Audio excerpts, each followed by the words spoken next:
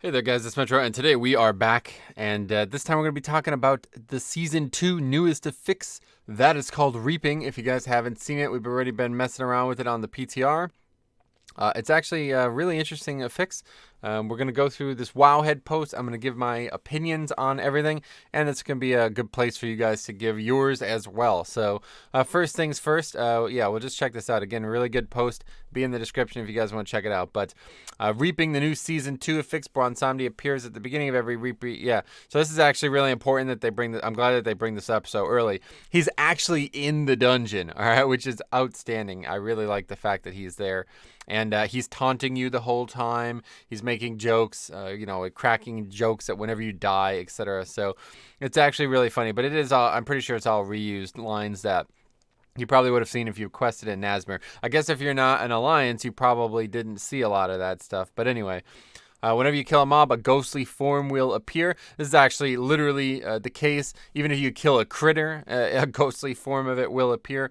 It will do nothing and be untargetable for the time being. Every 20% of the enemy forces bar, the environment will change for a short period. It just kind of makes it like go black, like the skybox kind of gets darker. And he's going to resurrect all the dead mobs that were made into these ghosts, all right? That's the best way to describe it. So you kill a mob, it becomes a ghost, all right? Then that ghost turns into an actual mob at every 20%, and then it's gone for good. So even though the mob's dead, it doesn't make a new ghost after 20%. That's not how it actually works there. So yeah, there's only, for example, on the 40% Reaping Wave, creatures killed between 20 and 40% will resurrect, and the ones you and those are the only ones you'll have to worry about, right? So the ones from previous they don't resurrect twice, you know what I mean? It's only the 20 to 40 split, the 40 to 60, the 60 to 80, 80 to 100. At 80%, only mobs kill between blah, blah, blah, obviously. And at 100%, only mobs kill between blah, blah, blah. But we're going to actually show you a little clip of this. But at the end of the dungeon, you're going to be able to mitigate that by killing the trash after the boss is dead, okay? And we'll show you that a little bit. The Reaping Wave will happen regardless. Yeah, okay, we know this. All right, miscellaneous facts. Here we go. This is where things get interesting, okay? They do not count towards trash count, all right? So this is just extra trash on top of the dungeon, right? And this has caused a lot of people to be frustrated. Well, frustrated. I don't know. It's caused a lot of people to not be super happy. But yeah, realistically, that's how Infest work too. I mean, I don't know why anybody would expect them to give you trash count. As these mobs run toward the party, they will not aggro mobs that they pass along the way. Definitely the best option. I'm really glad they decided to do that, because if not, it would have been really complicated actually pulling the dungeon with them still there. They do not have any true sight. Okay, so apparently if you're all stealthed or you're all shadow meld, you can drop combat. Now, this I did not see. All right, so I'm going to show you a little bit, but this is not the case for me. And it might have been because I'm the only person. But what's happening when I was testing it is I kill the mob. Like, so, like you have 19% gain from mobs that are 100 yards away from you, maybe, And then that 1% that you get from the mob you're currently in combat with, even if I shadow meld, the mob still aggroed. It still was punching me. You know what I mean? It knew I was there. Even shadow meld, as soon as it dies, it still finds me. And then sometimes the other ones don't. So I found it where if I invis or shadow meld or whatever, right after it dies, the one really close to me still aggroed, but the ones like far away would reset. Right? And then, that seems like a good idea. But so if you wipe or get out of combat with them, they'll reset to their location where the mobs originally died. However, they have a gigantic aggro radius. And that's something you're going to be able to see in the testing that we did here as well. But regardless, it is massive. I'm talking about, it might be bugged. That's how big it is. But now one thing that does operate a little weird, for being as big as it is, it doesn't really work the right way with different ledges and stuff. Like, for example, I'm on this ledge, right? Like there's a mob right over the ledge, a set of stairs in a Taldazar, right out of the gate. There's a mob on the other side of the stairs, and I'm at the bottom of the stairs, like 5-6 yards away from it, and it doesn't aggro. But when I go up, obviously to the same plane that it's on, it will aggro. And then we had another example where there was a mob on the pillar, atop of a pillar. I had brought him up to the top of a pillar, and it was aggro to me, but it couldn't get a path. It was like trying to get there, and then it just, boom, teleports to me. You know what I mean? So it's like those things are going to be a little awkward, and they're probably going to cause problems, all right? Just let's get that out of the way there. They're definitely going to cause problems at some point. So anyway, all alive reaping ads will automatically pull on the next reaping wave as well. So that's another thing to think about. So you could actually leave the dungeon. Apparently you can shadow meld stealth. I don't know. I haven't seen this happen, but apparently you can do this. We'll test this out more. But either way, if you drop combat with these mobs, they're going to still be there, okay? And that is a really big problem because if you skipped one wave, you're going to have to skip the next wave because it's only going to be more dangerous, right? And of course, the mobs are going to swarm you, and they're going to come from different directions if you're pulling in different areas of the dungeon, especially like in a Taldazar. They are unaffected by Sanguine. Actually, you can see that in the stream as well. Mobs are standing directly in Sanguine, and they're not healing. And apparently they can be hit by the heavy cannons in Tol Dagor, which is just, I think, probably bugged. I don't think that's intended because you couldn't do that with the Cahoonies in Season 1. Now, so one thing that is not on this list of miscellaneous facts that you should be aware of is if you wipe to them or you reset them while you're in combat with them, whatever damage you did to them stays. It's just like islands. If you've ever done islands, you'll notice the mobs, you might wipe to them, you'll come back to them, they'll still have the same amount of HP that they had. You understand? So it's exactly like it is on islands in that regard. If you have, say, 30 of these things come and you kill like 20 of them and the last few are like maybe 10, 15, 20% health and you die because you got too many, you wipe, whatever, you come back, they're still there, but they have considerably less health. So you just, you finish them off and move on. So that's really nice. This actually makes it very solo friendly, which is one of the reasons why I did the soloing the other night there. So reaping NPC types and abilities. So this is the next thing you need to be aware of. It appears there are only 3 types of NPC ghosts. At least currently, that's what we've seen. And I think that's probably the case because I don't know what other types there would be. So there's a risen, a tormented, and a lost soul. Okay, each of these mobs will automatically aggro the party. Yeah, we know that. Each ad, this is important to understand. Each ad has 50% of the health of the ad it was summoned from. So you really got to start thinking about HP to count ratio. This is something that, the most competitive players, they go on and on about. You want to skip this mob and then pull this mob, even if they're right next to each other, because this mob has double the HP of this mob and it gives only a little bit more count than this mob. So like per second, you understand? Per second, you're getting more value out of killing that mob, even though it's giving less count. You understand? That's how people play the game. That's how people do it. I'm not really like that. When I'm doing dungeons, I just go pack for pack, and if Blizzard put us in this position, then unfortunately that's the way it is. But you'll see that a lot in Motherlode. You'll see that a lot in Shrine. You'll see that a lot in Freehold. There's a lot of trash that is really low HP that gives really little count, but it can be combined in really high efficacy. You know what I mean? So that's going to play big into reaping here, okay? Because if you're fighting a mob that has a lot of health and it didn't give that much count, you're going to have to fight it again. And it's going to still have a lot of health compared to everything else, Anyway, each mob has less health than their live counterpart and only casts spells related to their reaping NPC type. Obviously, you literally just said that they have 50% of the health. But, this is going to scale up, right?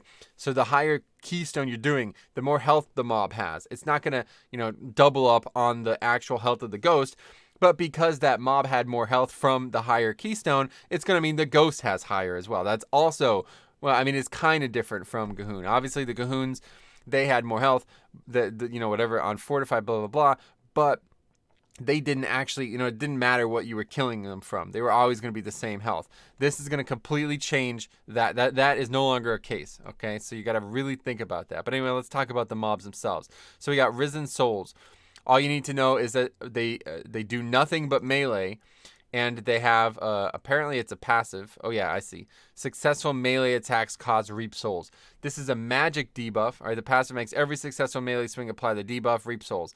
This deals 2% of the player's maximum health every 3 seconds and stacks, but it's a magic spell. Can be removed by massive spell and can be prevented with anti-magic shell. Oh yeah, okay. Blood DK is looking good yet again. Obviously, you don't want to get too many stacks of this, but they do melee damage as well. We talked about this. We showed this on the live stream. They do melee damage as well. You will see that, easily, and that probably means they're going to apply necrotic. So we don't know for sure, but that seems to be the way. So if you guys are in the future, let us know if you know about that. Tormented Soul. Now this is a mob. So basically, I don't know. I think they talk about it here in a little bit. Oh yeah, this is. We'll wait till that comes up then. Tormented Soul, this is just going to spam cast Gravebolt, a 5-second long cast that can be interrupted. That's a really long cast, but it does 25% of the player's maximum health, which is a lot. But guess what? It's shadow damage. So guess what? Anti-magic shell yet again. You know what I mean? I'm talking about Blood DK looking real strong for this, so really nice. Lost Soul periodically cast Shadow Smash. Now, this is a very important mob. We should talk about this more specifically in a bit, but this is a mob that's going to cast Shadow Smash. Caster pounds the ground, inflicting 60 shadow damage and decreasing maximum health by 20%. So if you get hit by this mechanic on this Lost Soul type, yeah, that's not good. Okay, you've made a serious error, and that is a 1 minute maximum health decrease thing. So not good. And when the Lost Soul dies, it casts Expel Soul, summons lots of swirlies. I saw about 3 swirlies per Lost Soul. Any player who is hit takes damage and is knocked back and has their damage and healing reduced by 10 seconds, 10% for 30 seconds. So, yeah, that is suboptimal. Let's put it that. I think that's probably the safest way to put it. Suboptimal. But which reaping mobs spawn from which thing? So let's talk about this. So Lost Souls, they're calling these lieutenant creatures, okay? This is effectively a mob that is, I feel like, a named mob, okay? We tested it in the Atoll. This is not true. I don't know why this is saying this. This is not the case. A reanimated honor guard from Atoll Desar is not one of them. What I found to be one of them in Atoll Desar instead was the dinosaurs. If you know, the middle pack kind of roaming up in that middle area where you might go from the entrance to the final boss. You almost always skip those mobs, right? But there's 2 dinosaurs, and then there's the Dinomancer as well. The 3 of those mobs all counted as Lost Souls, okay? They all counted as this Lost Soul mob. So I could say any mob that's got, maybe a higher than normal HP pool, but more so that's very, very unique, you know what I mean? In some way, usually named. I'd say a named mob, okay? We've yet to test the Iron Tide in 4. We've yet to do Freehold, but at the time I'm making this at least. But, maybe we'll learn more in other dungeons. But from what I tested, I did not see... I only saw this Lost Soul mob from the dinosaurs. We tested it specifically, so... but I guess we didn't really kill many honor guards. I don't know. Anyway, lieutenants are usually mini bosses. All right, so we read that. Often immune to CC and are a more difficult type of trash to kill. Anyway, so that's the Lost Soul. You're not going to see a lot of those. You're going to see very, very few of those, but obviously they're proportionately significantly more dangerous, that is. Tormented Soul. Now, this is any range mob, long story short. If it's any type of mob that's a range damage dealer, like an archer or a caster, it's going to be a Tormented Soul, okay? And then Risen Soul is basically all the melee mobs, okay? So that's it. So any mob, like they say here, there's these Sky Screamers, right? These little things that are jumping around, these toxic saurids, you know what I mean? Those things are in the same classification as the Juggernauts, you know what I mean? As mobs that actually do real things. So any mob that melees and any mob that's range, Souls, Tormented, and Risen, okay? So that's important. But obviously, they're, I'm taking note here to include that it's going to be very common to be Risen Souls, and you're going to swarm, okay? You're going to get swarmed by the party, or you're going to swarm the party with the Risen Souls. So you're going to have a lot of these Reap Souls. This is going to be the main challenge of the Affix, if you ask me, okay? And then we'll talk about this in a second, because this is definitely the most important thing that we could talk about in the video. But before we do that, the other main thing that I want to bring up here, you're going to see this a lot in 5-mans from now on, and you need to understand why this is important, okay? No matter what you're doing, when you reach 40% mob count, 20% mob count, 60% mob count, the spawns will happen. The Bwonsamdi is going to darken the sky, and the room is going to fill up with mobs racing to get to you, okay? No matter what you're doing. You could be fighting a boss. You could be fighting a pack. There could be 6 mobs in a pack, and you just killed one of them, and you're still fighting 5 other mobs, and 20% of the dungeon's trash is now coming at you. You understand? This is going to completely change how the game goes, how the dungeon's done. And I'm not going to sit here and speculate what strategies are going to come out. You guys can do that for me. I'm sure you will. But it's going to completely change how you pull trash, okay? This is easily more impactful on trash than Infested. And it will change your routes, honestly. Especially once teaming comes in. The first time it's teaming after this, it's going to change everything. Because then you're going to have different count. You might get at 40% maybe, right before a boss, and that would be ideal. If you can get to 40% right before a boss, you can just AoE it all down, go berserk mode on the boss. You never have to worry about it. But what happens if you get to, 38%, and then you pull the boss, and then you got to go 2% in on a pack with 4 or 5 mobs after the boss. You don't have any of your CDs up. You know what I mean? These are things that you got to think about. It's going to completely change how people do the dungeon. And I think this is going to be considerably higher skill ceiling than Infested ever could have been. I'm very excited for this. It's going to be very interesting to see how it's handled in Pugs, and I'm obviously up to the challenge, but I'm even more excited to see how people handle this at the highest level. The highest level of Infested was not really that impressive, to be honest. The way people would just do it is they would CC a bunch of infested mobs. If there was, say an entire room worth of trash, they would CC maybe 3 of the infested mobs and then pull the rest of the room together, and then they would kill all 3 of the infested mobs together. That's nice, but I don't think Blizzard would have ever thought that people would be doing that. Like if they could have gone back and said, all right, well, you know what? If people are going to do that, then we're just going to make the infested mobs heal each other, because that didn't happen, right? And I think that was just kind of like, all right, well, we don't want to overly punish these people if they accidentally pull 2 infested mobs. Well, the players were accidentally doing anything. They were doing it on purpose, and they were benefiting from that fact. That's not going to happen here. You know what I mean? You're going to have to outthink this affix. You're not just going to be able to overpower the affix at all times. You're going to have to outthink it too. And I'm very, very, very excited to see how that is done. But on top of that, we also have something very, very unique about this affix. And I don't know why it's with this affix only. It should have been a season 1, let's put it that way. So I'm looking at this as not included in the affix, but something that hopefully will continue on and maybe even get iterations upon as we move on. But there's an additional effect when the timer expires. And this is definitely the best thing that could have ever happened in Mythic Plus Dungeons, and I'm going to explain to you why. When the timer expires, including deaths, whenever the timer runs out, doesn't matter. Runs out for, excluding deaths, my bad. So the timer might run out, but you haven't, because those deaths seem to be contributing to the timer, they don't actually count. So for example, if the dungeon is a 35-minute dungeon and you wipe 500 times, you've turned that 35-minute dungeon into a 20-minute dungeon, you know what I mean? But they don't count that apparently with this. And I did see this on the live stream, but I didn't actually notice it, so I'm glad I read that. Regardless, after 35 minutes in the dungeon, whatever the proper timer is, Bwonsamdi is going to offer you a bargain. That bargain is going to increase your health and damage by 20% for the remainder of the dungeon. I think this is the best change they could have ever done, the best thing they could have ever done. And one thing, if you run out of the dungeon, it goes away. But when you do it, you also get, this is actually talked about here, Death's a Burden. You have accepted the aid of Bwonsamdi, but at what cost? I don't know what this is. It's a 2-hour debuff, and it seems to refresh randomly. I couldn't figure out exactly why it was refreshing when I was checking out last night on the stream, but I think it has something to do with maybe I was running out of the dungeon, or maybe I was clicking Bwonsamdi again and getting it again. I don't really know. I don't know if anybody knows at this point, but if you guys do know, let me know. All I know is, they accurately predict this. Here's some of those taunts as well. They added that. But anyway, this buff will be great for groups who just want to finish the dungeon for completion to receive a new dungeon for their weekly reset. That is true. That is one thing that it will be very good for. And it will also encourage groups to finish the dungeon, because it'll be considerably easier. If 5 people all do 20% more damage, you're just going to finish the dungeon considerably quicker, right? But guess what it's also going to do? If one idiot leaves because we're not upgrading the key, Raider IO score makes me not care about finishing the key. I only care about upgrading it. Well, guess what? The other 4 people just got a 20% buff. Let's see, 20, that's 40. Oh, you've just basically given another player's worth of power to the group. So you now have effectively the strength of 5 players in your group. You understand? You know what I mean? So if you want a 4-mana dungeon after some idiot leaves 10 minutes into the key, you've basically been given that option now. You know what I mean? I would like to see this expanded upon even further. And I really like this idea. But how about somebody leaves the dungeon, it goes up by another 20%.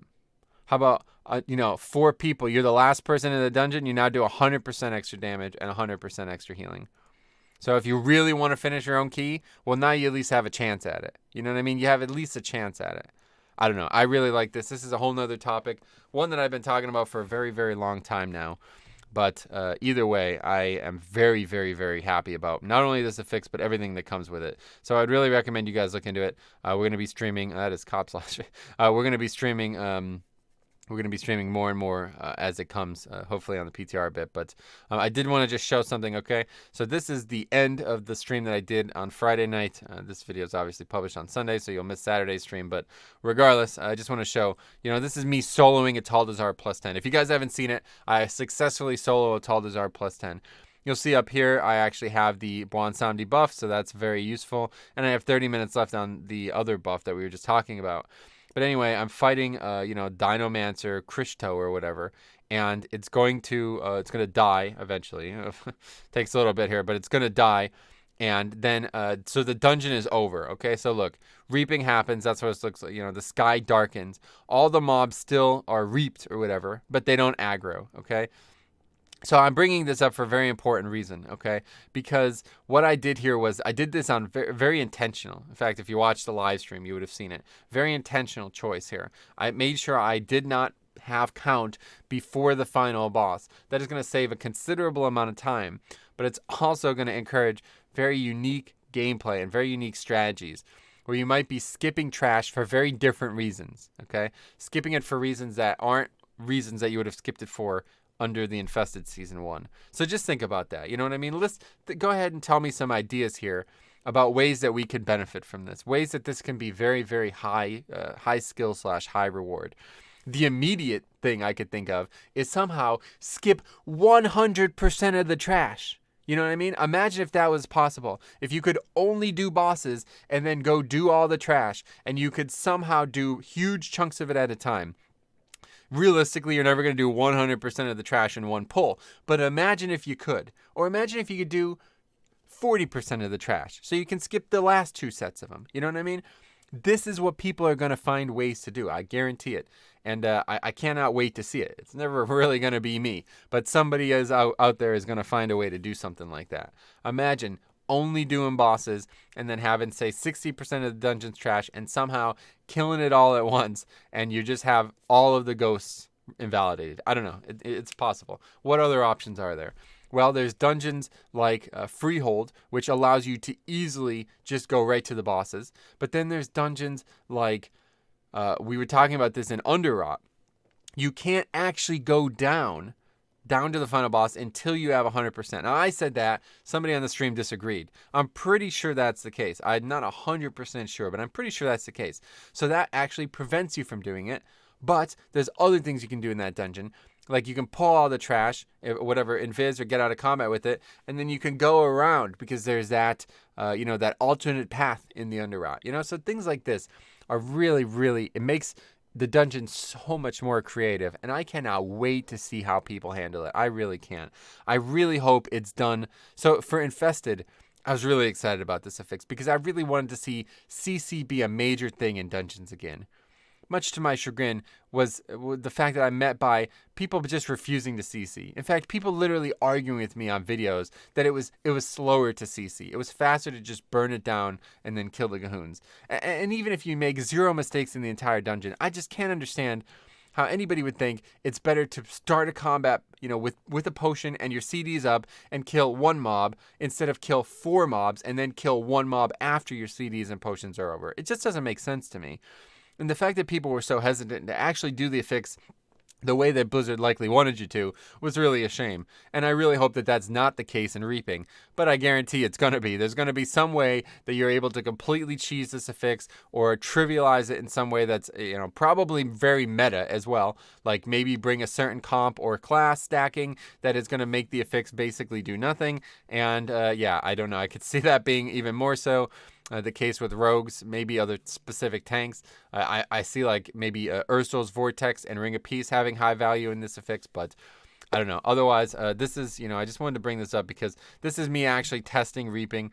Even though I'm not actually doing anything really worth doing in the dungeon, I'm soloing the dungeon. I do actually test Reaping. And you're seeing here a lot of evidence here. So if you want to go through the stream, I would, it would help you. It would help you learn about it. But as you see, I'm looking at Bwonsamdi here. And he's about to give me, he's already given me the buff, you know what I mean? So there he is. He's just hanging out in a Taldazar. Just right at the start, he's just sitting there. And he's like that in all the dungeons. I love that. In fact, he seems to agree. I really like that. So I can't say enough about this affix. I'm very excited for it. So I'll let you guys leave your comments down below. Let me know what you think. We are definitely have a lot to discuss about this affix, and I'm interested in seeing some of your guys' ideas on how you can make it, how you can manipulate it to your favor. But thanks for watching. We'll see you guys in the next one.